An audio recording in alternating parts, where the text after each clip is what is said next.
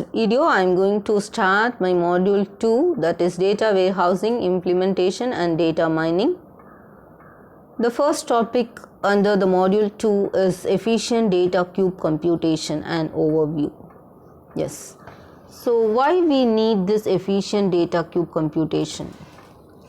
First of all, we'll see why do we go for data warehousing. Since the data warehouse supports highly efficient cube computation techniques and access methods and query processing techniques, we are going to data warehouse systems. So how the data warehouse is going to provide us with highly efficient cube computation? What are the techniques involved in it? That's what we are going to see in this video. So data cube can be viewed as a lattice of cuboids. Yes, in the previous videos I have posted what is cube, what is cuboids, how many number of cuboids can be generated, all these things. Yes. So the bottommost cuboid is the base cuboid. As we said, the topmost cuboid will be the apex which contains only one cell. Yes.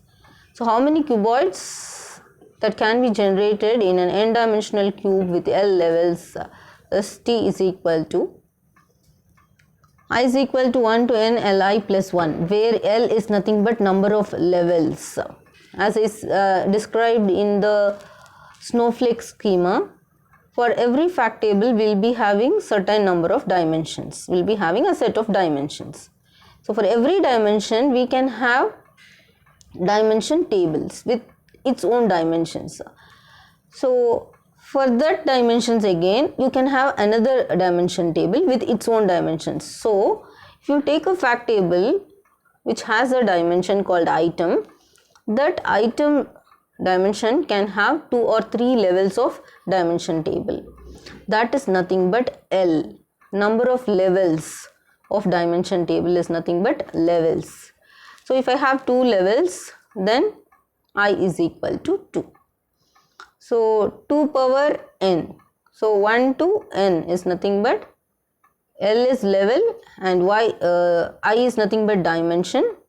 So how many number of dimensions we have in the fact table is nothing but n. So if I have, for a fact table, if I have 5 dimensions called item key, location key, supplier key, dollar sold, unit sold, then what are the number of dimensions here? N is equal to 5.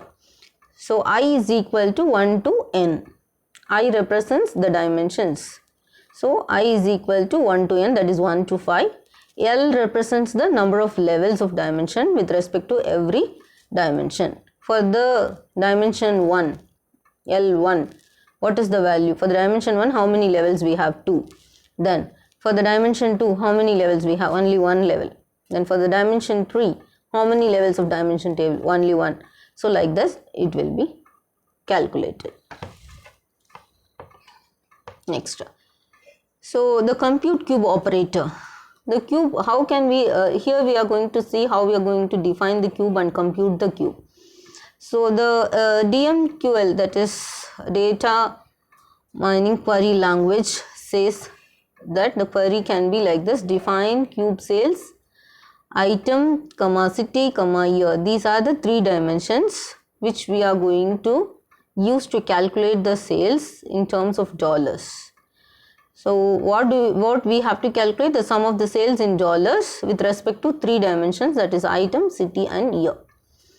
And the second one is how to define the cube we have seen. Now how to compute the sales is using the query called compute cube sales.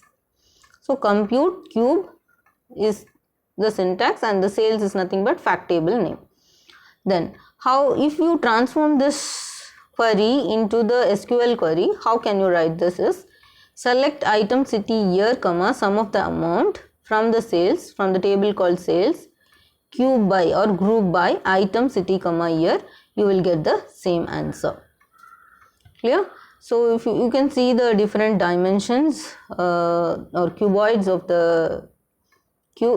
the sales fact table.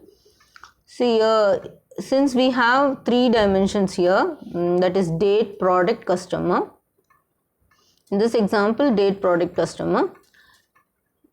in the base cuboid you can, that is 3-dimensional base cuboid, you can have all the 3 dimensions.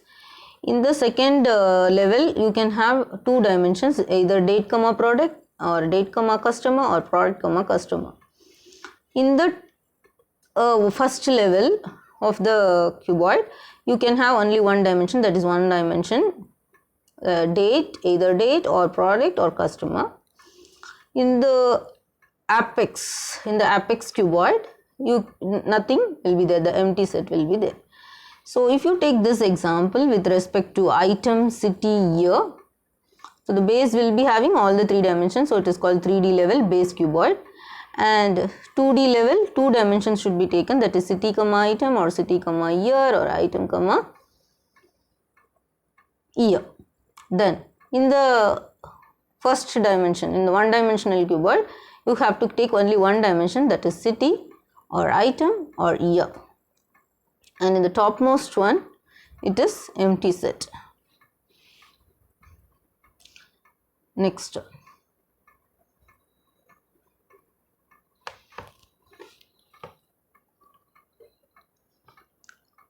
materialization. We said we have to find the efficient computation techniques. Why we have to find the efficient computation techniques is to reduce the query response time and to reduce the storage space, etc. Okay, now we will see what are the materializations we have, choices of materialization. The first one is no materialization. Here the no materialization says that do not pre-compute any of the non-base cuboids. No need to pre-compute anything. See, if I want to calculate the sales with respect to item, somebody will ask with respect to item, some other CO will ask with respect to year, somebody will ask with respect to location. So if you do all the pre-computations and keep, then it has certain advantages and disadvantages.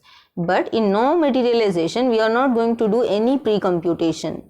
Whatever data is there, let it be in the data warehouse. Whenever it is asked, we will query it and we'll get the data and we will give. So what is the disadvantages? If any data warehouse is not having any pre-computed data, then what would be the disadvantage of this? If you see, if anything is not prepared, if I have not prepared for the class, or if I have not prepared anything for I will take the practical example. See, actually in Sundays the mothers will be waking up and they will be doing some breakfast items.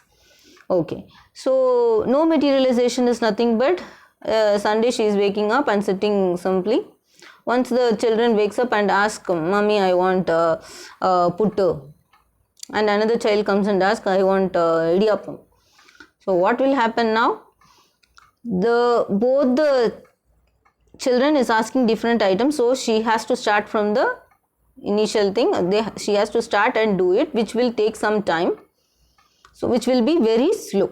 This is no materialization because she has not done anything. She has not done any preparation for doing any breakfast. She was sitting idle. This is no materialization. There is no pre-computation of any data in the cuboids, which is very time consuming and slow because they have to start from the initial process, that is querying, then retrieving the data, everything. This is called no materialization. Then what is full materialization?